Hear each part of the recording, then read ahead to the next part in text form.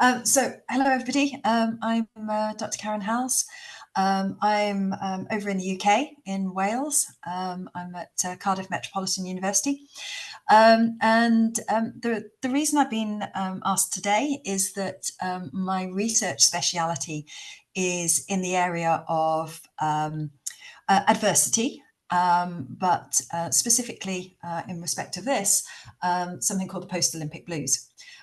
So I think the focus of today is going to be around kind of managing the emotions afterwards, and certainly the presentation that I'm going to give, I'm going to use a few slides, is really learning from the post-Olympic blues. So that's me.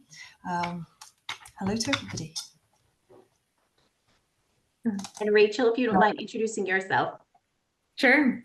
Hi, everyone. Great to see you all. My name is Rachel Flatt. I am a 2010 Olympian in women's figure skating, and I jokingly like to say that I'm on to career number 2 now. And I'm just wrapping up my PhD in clinical psychology. I was over at UNC Chapel Hill. And am doing kind of my last bit of clinical training over at Duke before my degree's conferred. So I'm very excited for that in the next couple weeks. And yeah, I primarily study eating disorders in athletes and digital mental health tools. And so I'm certainly happy to bring in some of that as well today. But yeah, I'm going to be talking a little bit about like what my experience was like after the Olympics and some of what we know from a mental health perspective as well. But I think Caren's going to cover most of that. So yeah, but excited to be with you all.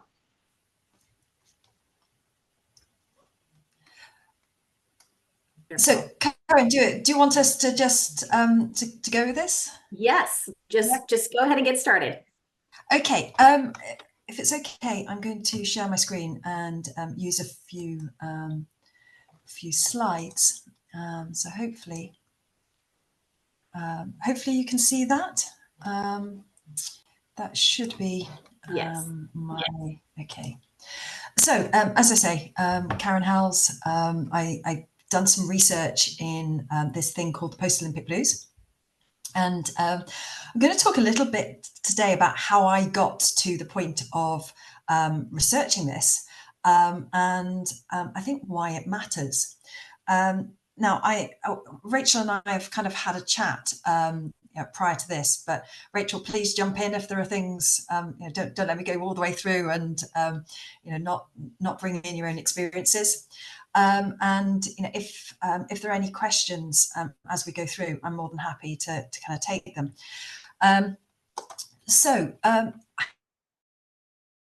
I thought that this quote would be a really interesting place to start.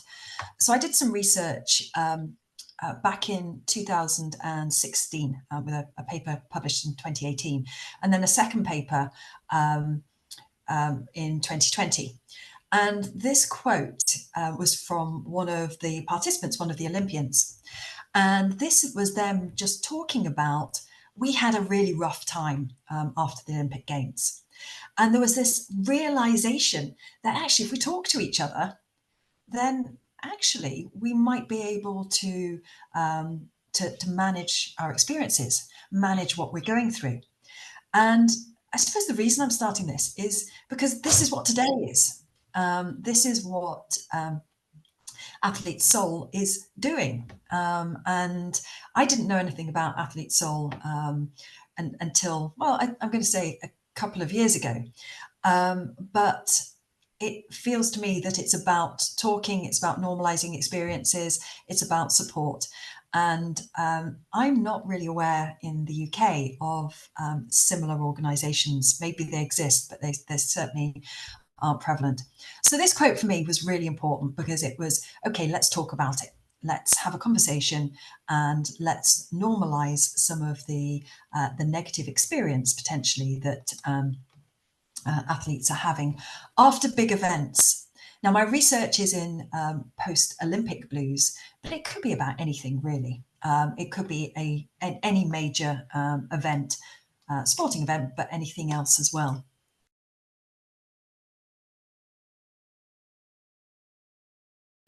elation, excitement, just the most amazing experiences. Now, the first research that I did was with a mental health researcher, Dr. Matthias Lucassen, at the Open University in the UK. And when I asked him to come on board with me to do this research, he was, yeah, I'm more than happy to help you out here. But he came up with a bit of a stereotypical view, and that was, why are you researching Olympians? These guys have it all.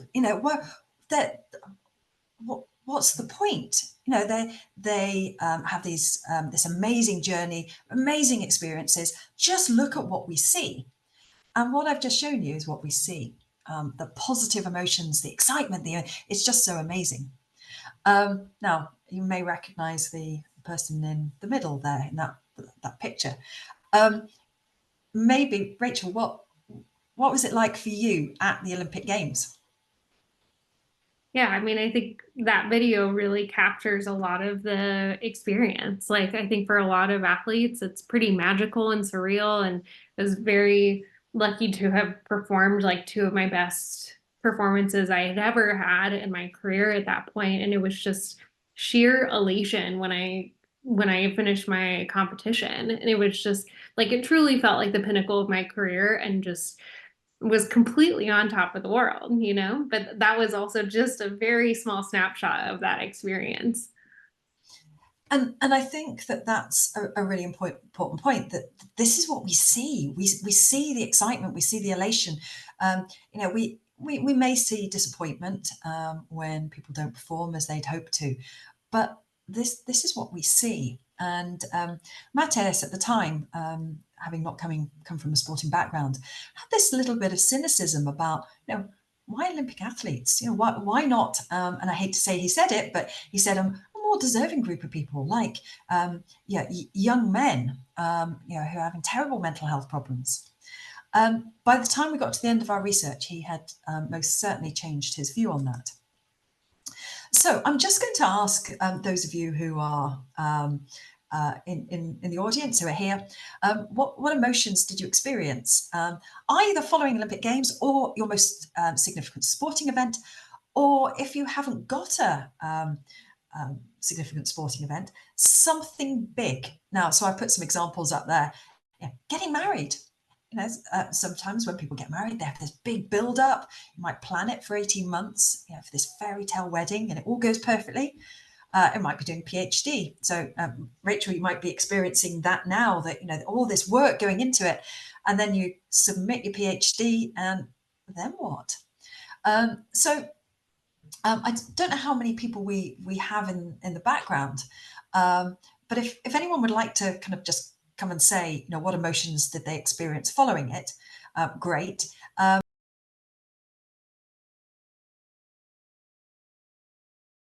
So you kind of talked about those that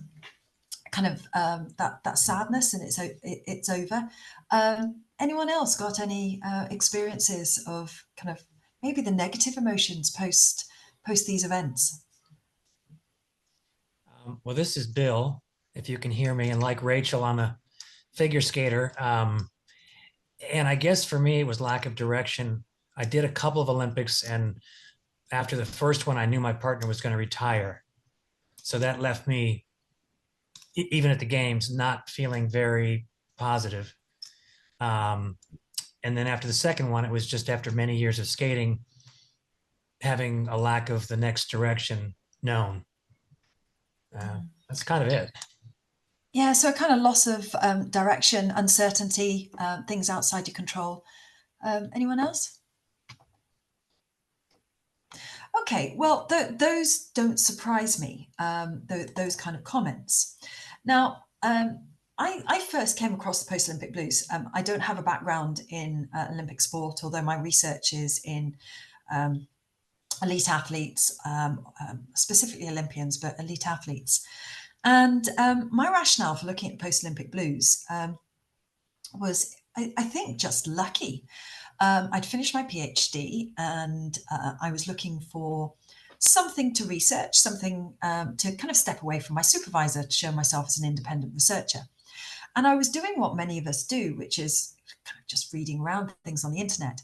And I came across all of these stories that Olympic athletes were talking about.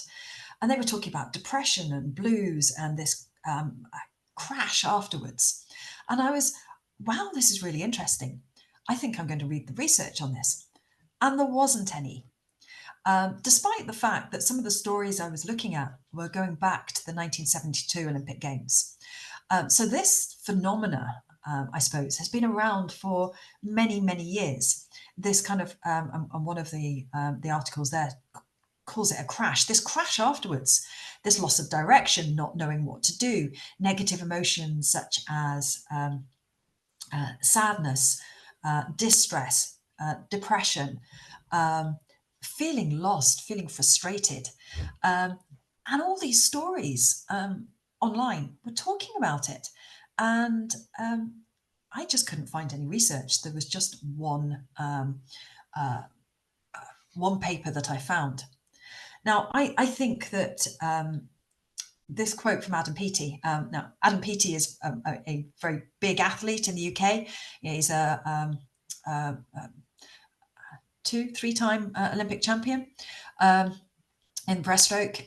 He's not Michael Phelps, but he is our greatest swimmer that we've ever had.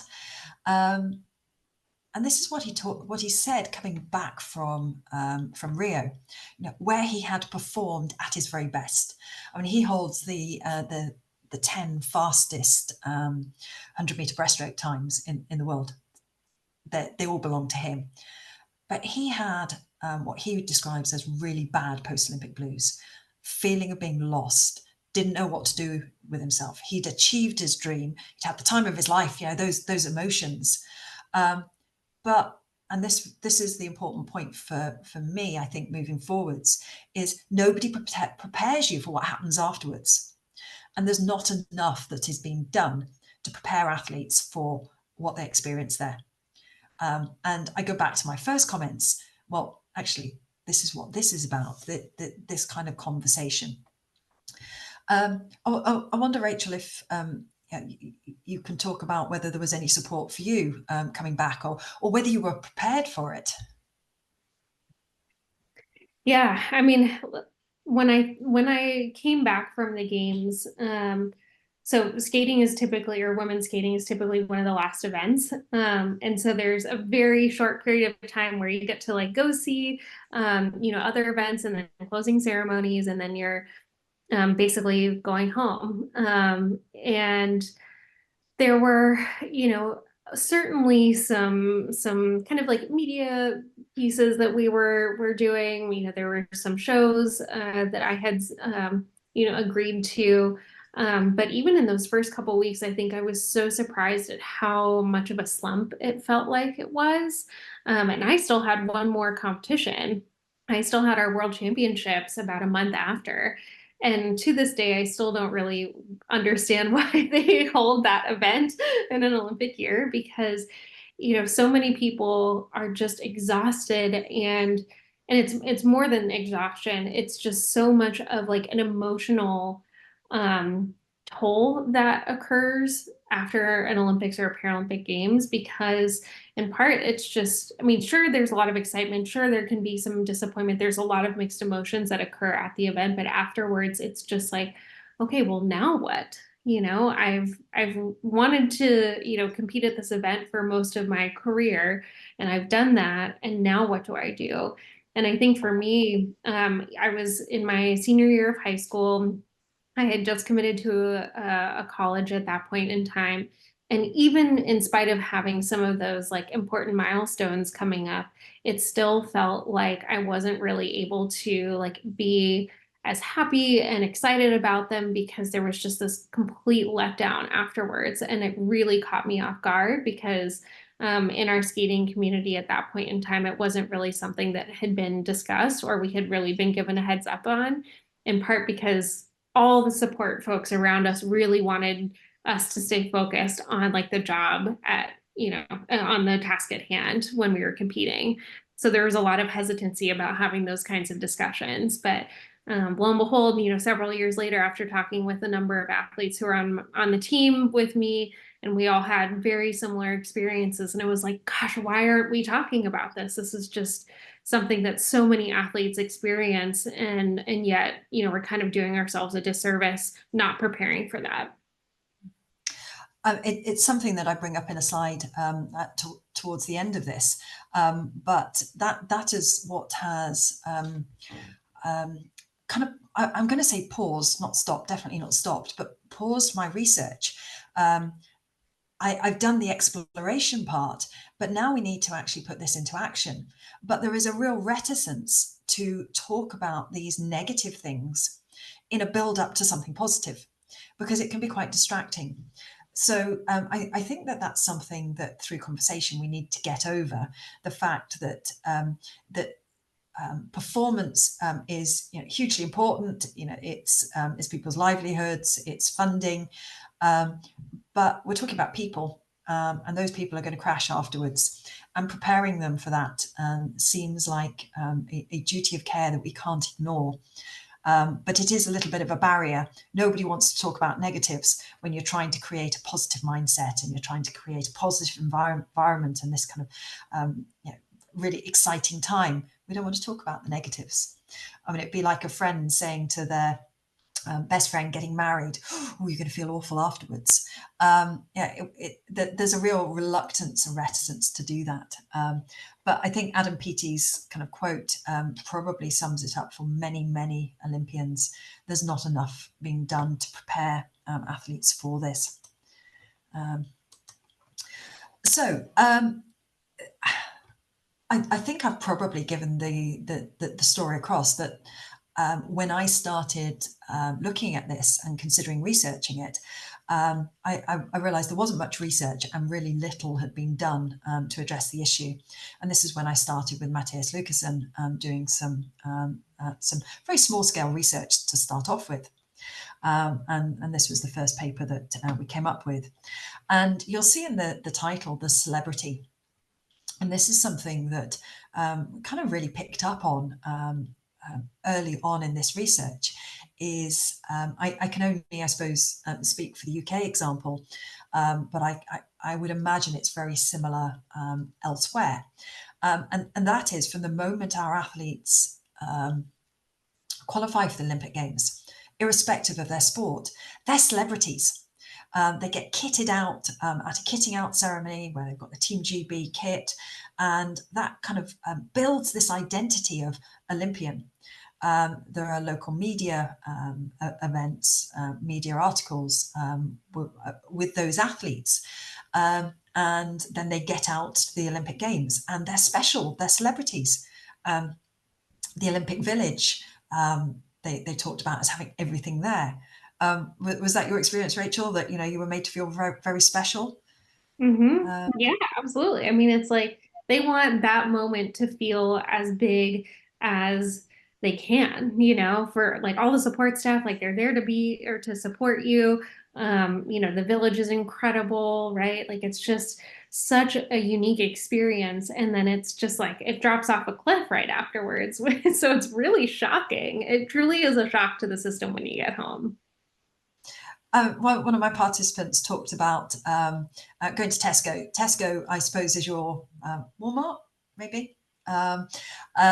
And she went from this celebrity, well known in the UK, to now I've got to go and do my own shopping. I've got to do my own grocery shopping.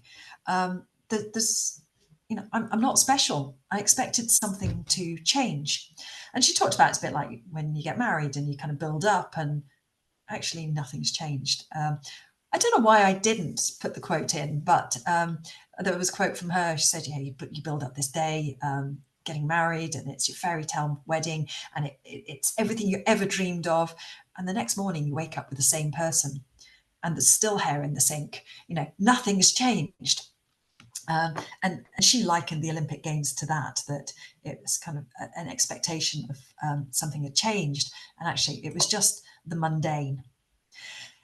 Now, what was really significant in my journey and in terms of the research was I was very fortunate, and I'm not breaking any confidentiality here, to have one of my participants in my original study was Holly Bradshaw.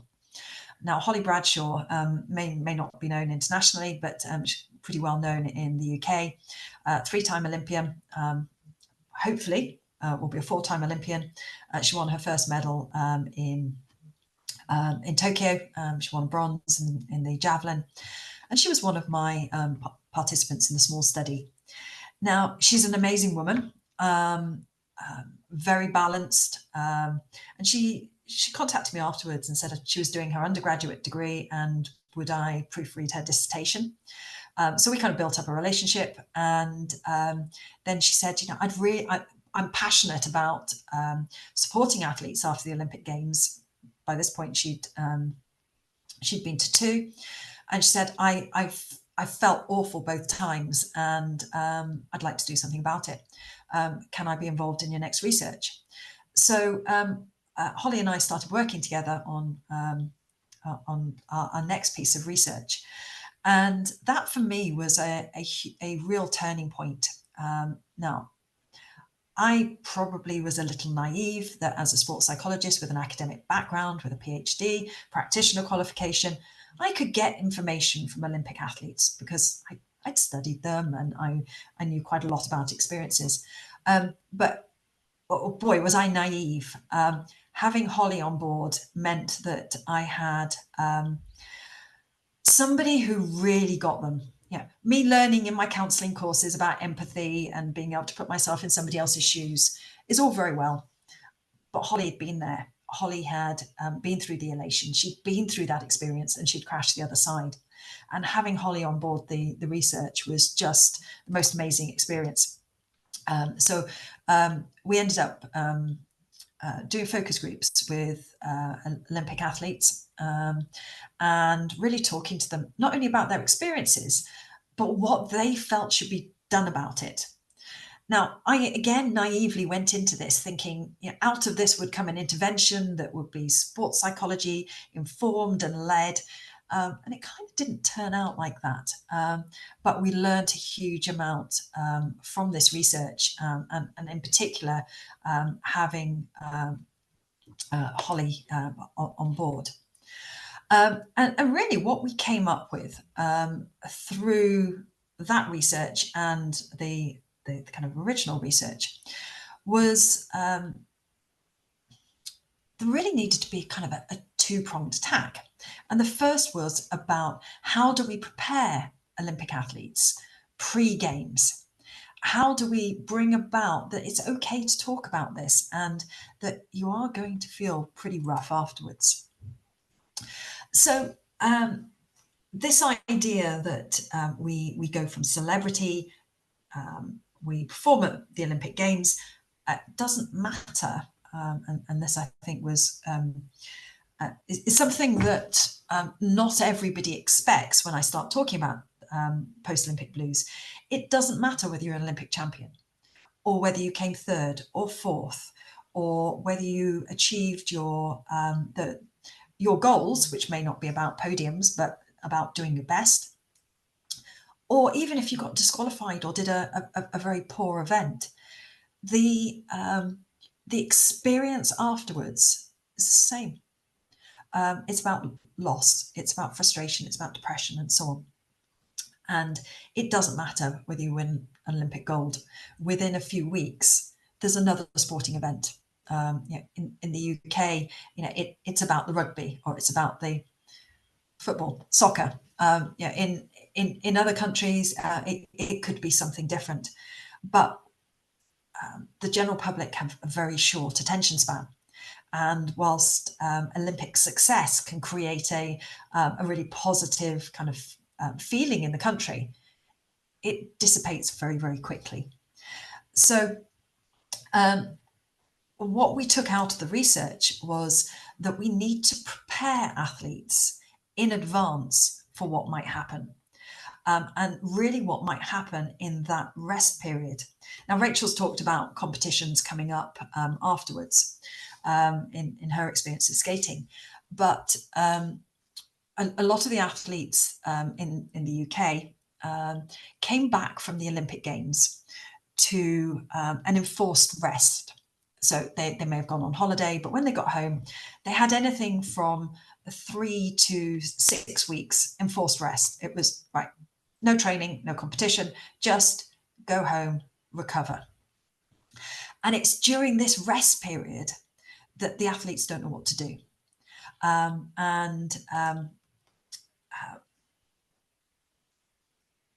We can only really start to think about how they manage that by thinking about the stories that other athletes have talked about. We got this in the focus groups, their stories, about educating them and providing them with support. And that's that bit at the end, the understanding and normalizing the experience.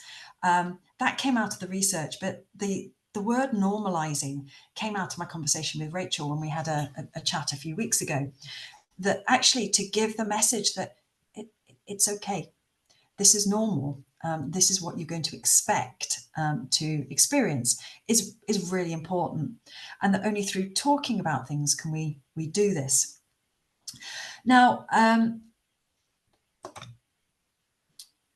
I've already mentioned this, that the barriers to doing this are that people don't want to talk about the negatives.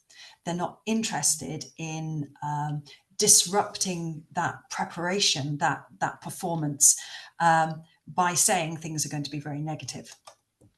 So I'm going to move on from that, actually, because I want to talk a little bit about what happens to the athletes in this kind of rest period. So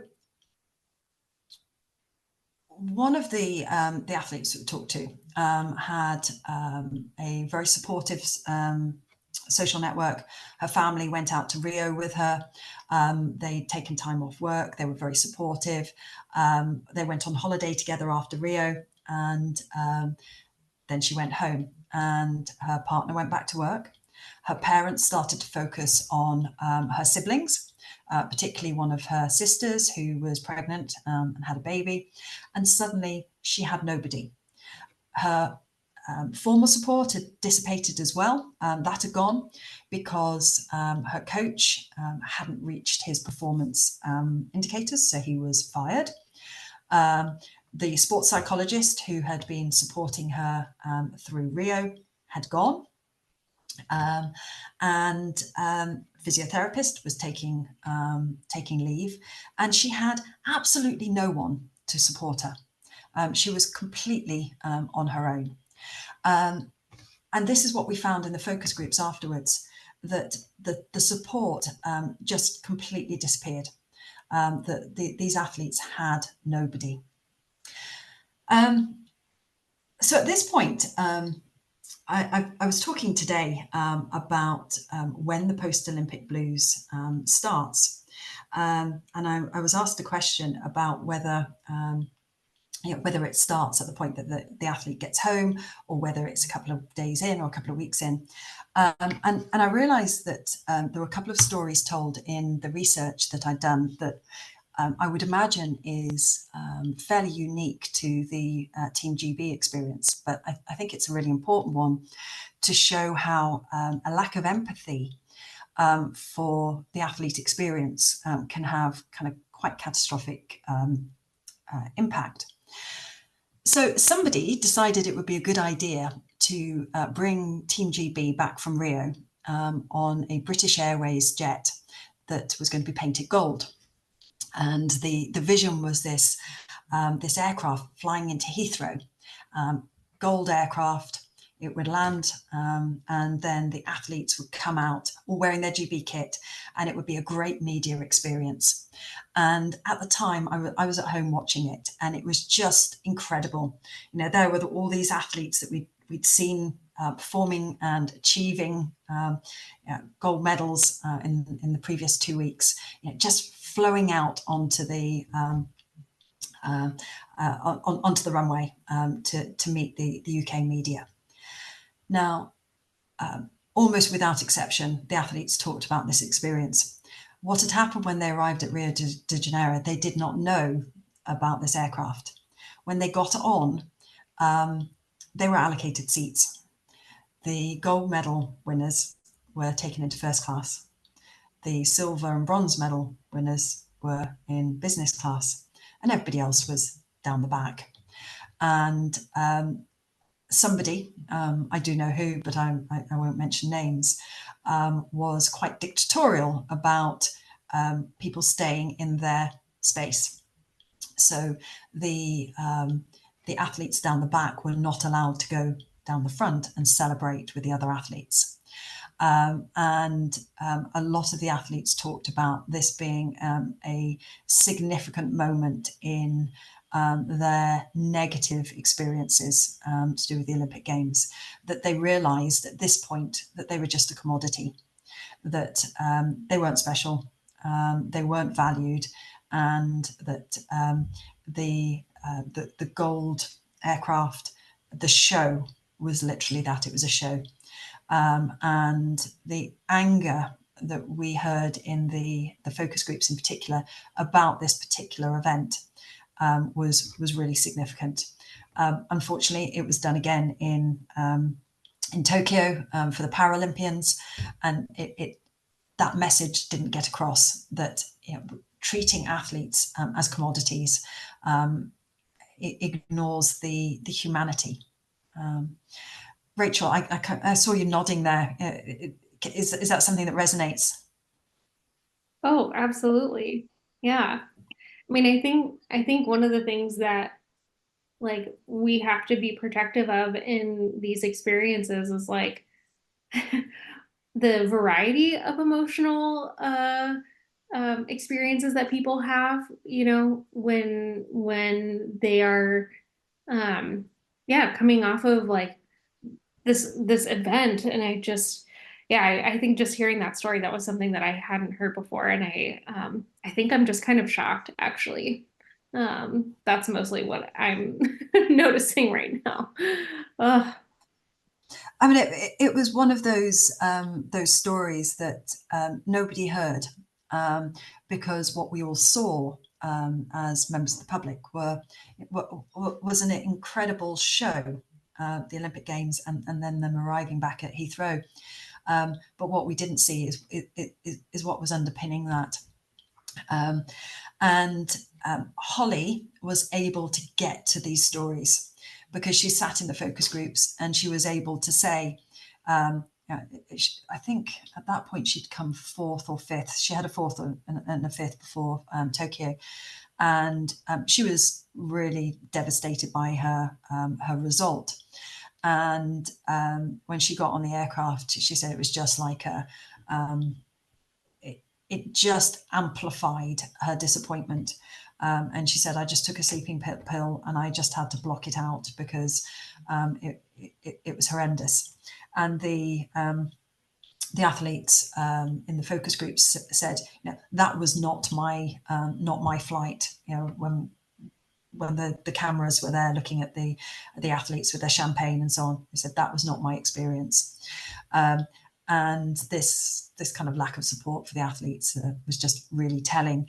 But we really got to that by Holly being a member of the research team who really took responsibility for those focus groups. And we really got the kind of essence of the athletes' feelings, their anger, their disappointment, and that really came out. So there were really these three things that the research showed: this feeling of being lost, the lack of support, and the coping strategies. So kind of all the way through, we've kind of talked about the post-Olympic blues, or the negative emotions associated with these sporting events. I'm lost, I don't know what to do, and really getting across, whether it's through events like these or through conversations. That's normal, and it's normal whatever your experience, whether you have just done the best performance of your life, Olympic champion, gold medalist, or whether this is the first time Olympian, just going there, experiencing the event, and just performing out of their skin. But there was this feeling of being lost. So kind of one of the messages is find something else, plan for something else. What are you going to do when you go back? Is it a holiday? Is it are you going to do something else? Are you going to visit friends? Are you going to use that rest period for something productive? But find something to do and make that part of the plan going into the Olympic Games, that actually when I come home, these are the things I'm going to do.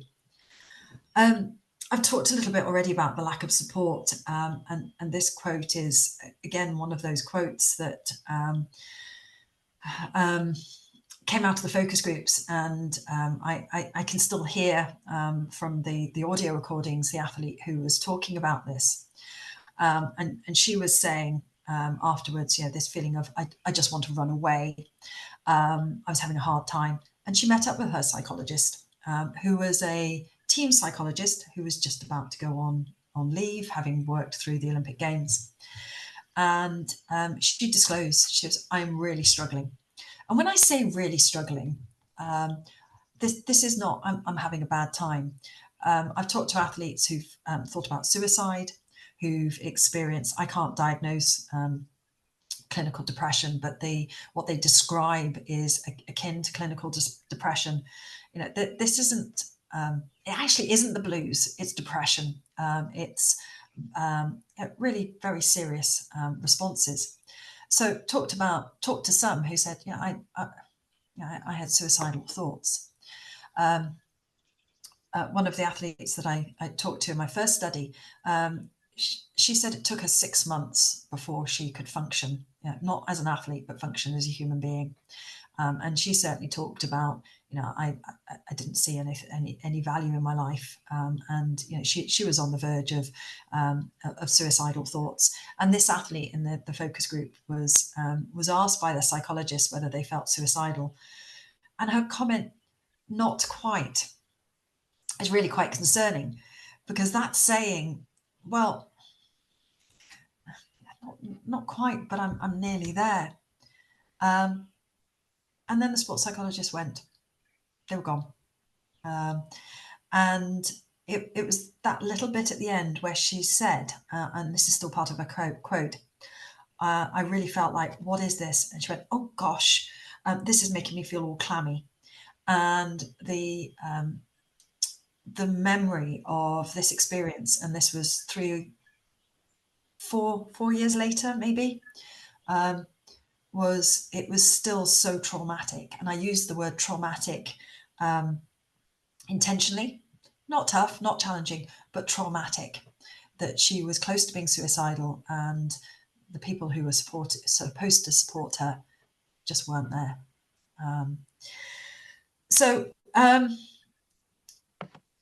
I suppose I'd like to just close that circle for a second, where I had Mattias Lucassen say to me, why don't you kind of research a group that's maybe needing more support? Like, I suspect it's the same in the States, that young men are at a risk of suicide. But certainly in the UK, we have very high suicide rates in young men. And Mattias had been very much, why are you not looking at these individuals? And it was around things like this that I had no idea that these athletes are experiencing this, and that these are up there with some of the most horrific, sad, distressing stories that I've ever heard. That point for me is really important, that we really mustn't underestimate what athletes are feeling when they're coming back from these big events.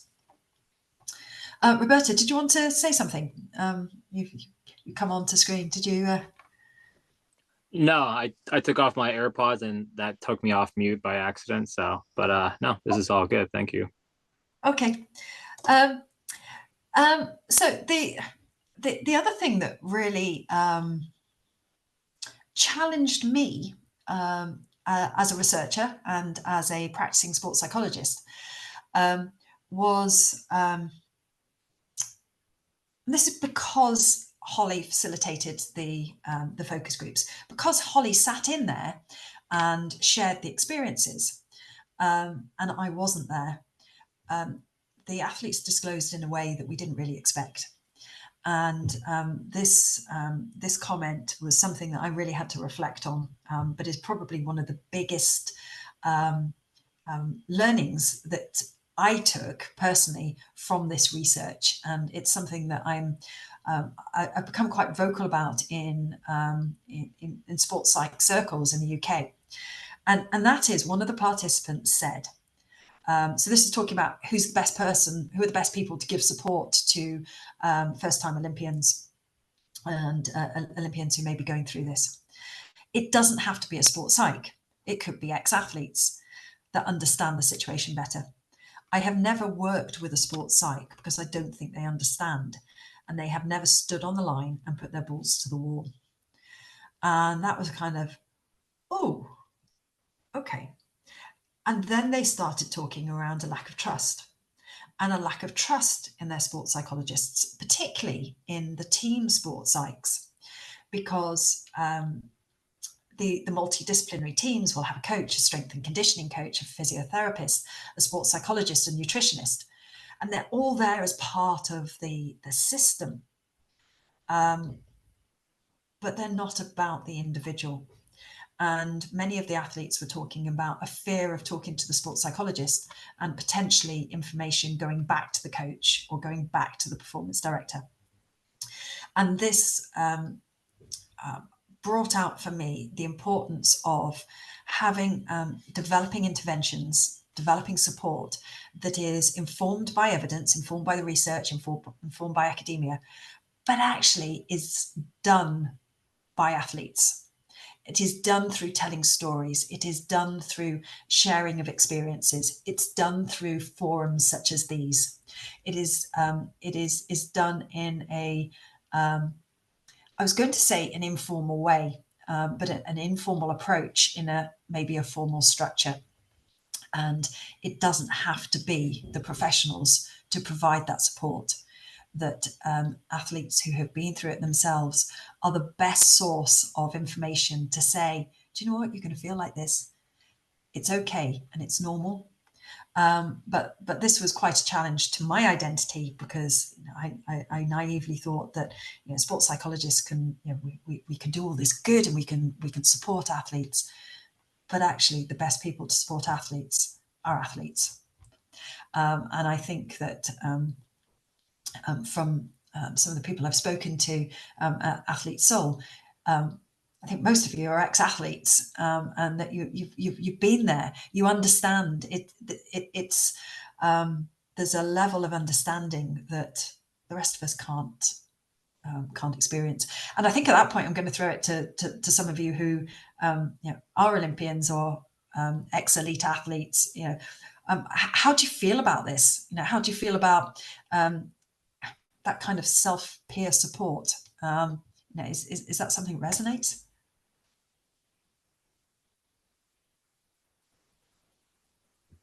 I'll contribute. Yeah, I definitely think from my own experience, both as I would still consider myself an athlete, but former athlete, and the last few years through Athlete Soul, that does resonate, because without being as harsh as that quote is about the sports psychologist, I think athletes do resonate more with other athletes, especially those who are still in the sport, in their chosen sport, excuse me, and are speaking with an athlete who has been there, done that, even if it's in parallel as far as a different sport. And now they're on to the next chapter of their life, and they're hopefully doing it successfully, because then they want to somewhat mirror that. There's obviously social comparison, but it's kind of like, okay, this person was able to do it. It speaks more volume than and more legitimacy than, in this case, a sports psychologist who maybe went their whole career, maybe they did sports at the high school level or collegiate level, but never sacrificed, air quotes.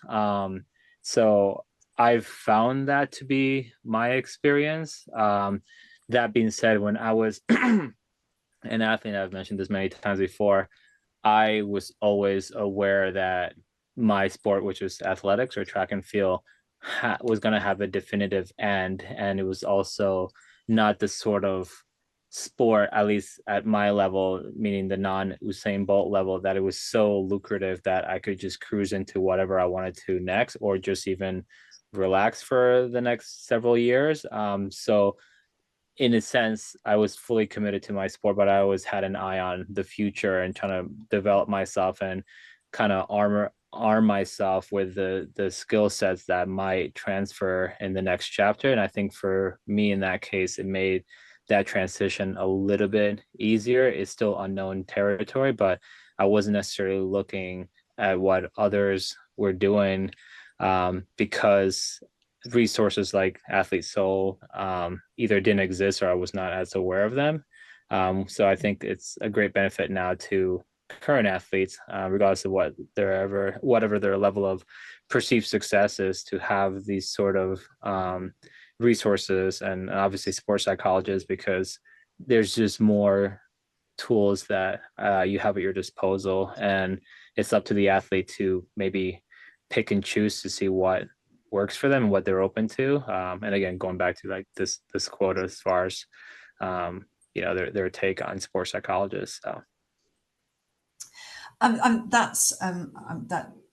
that's really interesting. And one of the things that you said there about other things, I use an analogy sometimes of a bar table. So, these bar tables with one leg, and the table at the top is kind of life, and it's solid, and this one leg keeps that life very solid and balanced. And if you think of that one leg as being sport, and the better you get, the stronger that leg is, and everything's great. But when that leg gets damaged, or you give up sport and you take that leg away, everything crashes down. So when I'm working with athletes, I talk about, let's have a table with several legs. Have something else in your arsenal. Don't be so unidimensional that it's just about your sport. Now, whether that is about family and relationships, you use the word sacrifice, Roberta, and I've heard athletes talk about sacrifice, but having something else, whether it's academic study or support, or having another hobby. And Holly is a great example of this, that throughout her Olympic career, she's got a very supportive family. Excuse me. She's done postgraduate study. She's been involved in research. And her research with me at this point was she did a lot of the work while she was injured. And it gave her a different something different to focus on, where she still had a kind of sense of meaning and purpose, but was able to say, okay, I'm not able to train for 3 months. And she worked very hard on this, and that just enabled that table to remain fairly solid because she had other legs. Okay, so I think these things are really important for how we support athletes in the future. And I'm just going to finish up with one final thing that came out of the research, and that is, how do these athletes cope? And what we found is actually very poorly, that a lot of them turned to maladaptive coping. So things like suppression, I'm just going to put it all away, or turning to alcohol or drugs, or overeating, but actually using strategies that weren't particularly helpful. So kind of moving forwards, one of the things that we've kind of started to think about is, how do we recognize our own coping strategies, through kind of self-reflection and self-awareness. How am I going to respond to this? How am I going to respond to disappointment and loss? And what strategies can I put in place in advance, whether it's about support or planning different things, and recognizing those kind of triggers or antecedents to those poor coping strategies. And having the support to be able to do that is important. If you are the type of person who, when things get bad, you turn to drink, then actually maybe it's about, okay, we know things are going to be bad. So what else can we put in place? Because we know that day's coming. So what can we do? And it's really addressing it before it happens. So this is my kind of final slide, and just kind of reiterates this point. And this is one of the athletes who said it all went horribly wrong, and they were talking about they were partying, they didn't sleep, it was distraction, and actually this athlete talked later, and it doesn't come out of the research paper, but said, things went from bad to worse as a result of just kind of going wild. They didn't know what to do with themselves. They were lost. They had no sense of purpose. So I think really about, let's identify what coping strategies you'd normally adopt, and actually what would be better. How can we deal with this afterwards? And through conversation, through talking to others, I think that's where we find those answers. So that's really all I've got to say. Hopefully I've kind of thrown some things in there that might generate some kind of future discussion. Yeah, over to you, really.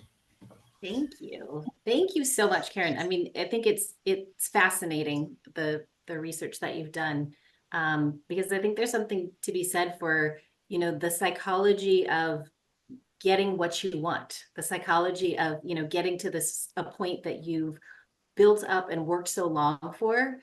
There's something different that happens, that it's not typically as we expect. I see it in working with clients as they are preparing for retirement, or once a business owner sells their business. There's a similar sense of this loss and grief, and they knew it was coming, right? We work our whole lives in preparation for retirement from working, but still when the day comes, it's experienced very differently and in a way that we don't expect. And so your work just echoed that for me. That's actually very interesting. Again, I don't know whether it's a UK phenomena, but up until maybe 2 decades ago, when people retired from their working lives, it was not uncommon for them to maybe only last a year or two, because they'd lost sense of purpose. They didn't know what to do with themselves, and kind of life was literally over. Yes. And I think we've overcome that in the kind of normal retirement, but it is very sudden in athlete retirement, particularly if it's outside an athlete's control, that it's a career-ending injury, for example. Yes. Where do we go from there? Right. Well, thank you so much. We're so appreciative of your time and your work and your effort. Thank you for being our guide today through this conversation. We hope that you'll come back and join us again. I think, yes, we'd love to have you. What your research just highlighted that, what we're doing here with Athlete Soul in terms of creating this community of athletes who have had a similar experience to create support for athletes in transition. I think your research just echoes why we're doing what we're doing, and the power of it and the mission. So thank you so very much. Thank you. And that's why I started with that quote, that actually, let's talk about it. And that's what you do. And that's what you're doing. So I think it's great. And I'm very privileged to have been asked to come and talk to you and engage with you. So thank you very much. Thank you. Thank you everyone for your participation, and we'll see you next time.